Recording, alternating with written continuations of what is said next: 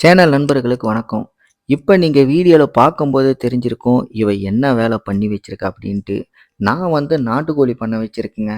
என்னோட பண்ணையில் போய் ஒரு நாட்டுக்கோழி முட்டையை திருடிட்டு வந்துட்டா இவ. ஏன்னா எப்போவுமே காலையில் டைமில் நேரமாக போனால் கோழிங்க முட்டை வச்சிருக்கோம் அப்படிங்கிறது நல்லாவே நாய்க்கு தெரிஞ்சிருக்கு. தினமும் போயிட்டு நான் ஒவ்வொரு முட்டையாக எடுத்து இவளை கூட்டிகிட்டு போய் தான் ஒவ்வொரு இதுலேயும் அரேஞ்ச் பண்ணி வைப்பேன். இதையெல்லாம் நல்லா நோட் பண்ணிக்கிட்டு இருப்பா. சில சமயங்கள்ல இப்படி தான் முட்டைய தூக்கிட்டு வந்துருவா. இத நம்ம கவனிக்காம விட்டுட்டோம் அப்படின்னா, ஒண்ணுமே பண்ண மாட்டா. நேரா காட்டுக்குள்ள போயி, எங்கேயாவது ஒரு இடத்துல குழி பறிச்சு, அந்த முட்டைய புதைச்சிட்டு வந்துருவா.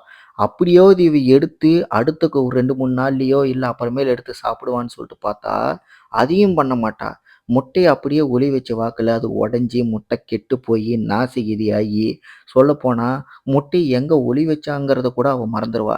இப்ப கூட பாருங்க, நான் வந்துட்டேன் அப்படின்னு சொல்லிட்டு, முட்டைய என்கிட்டருந்து ஒளிய வைக்கிறாளாமா. இந்த தென்னை மட்டைய ஒதுக்கிட்டு, அந்த சந்துல போய் ஒளிய வைக்கிறா பாருங்க. எதுக்கு? நான் அத பார்த்துறக்கூடாதாம், எடுத்துறக்கூடாதாம். இந்த மாரி தாங்க அடிக்கடி சேட்டை பண்ணுவா.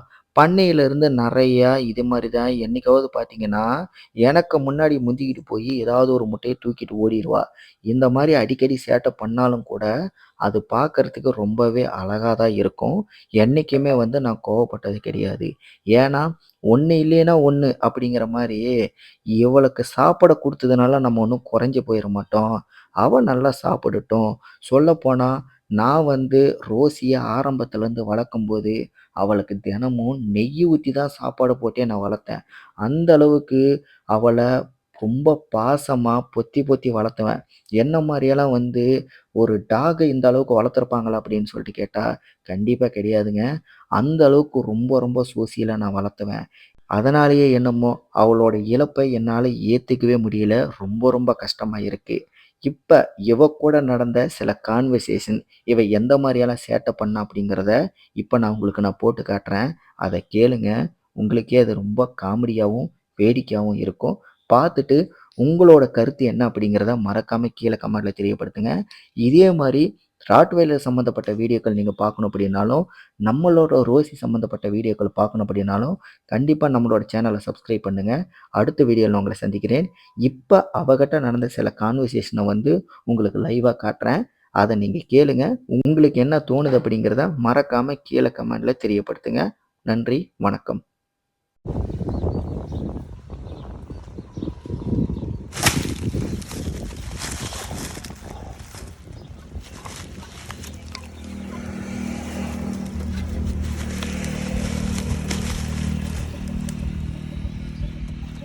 ஏய் கொண்டப்புல உடச்சிடாத.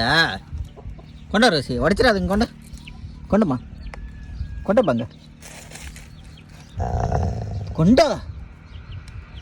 சரி கொண்டாங்க முட்டையா, முட்டையை கொண்டா.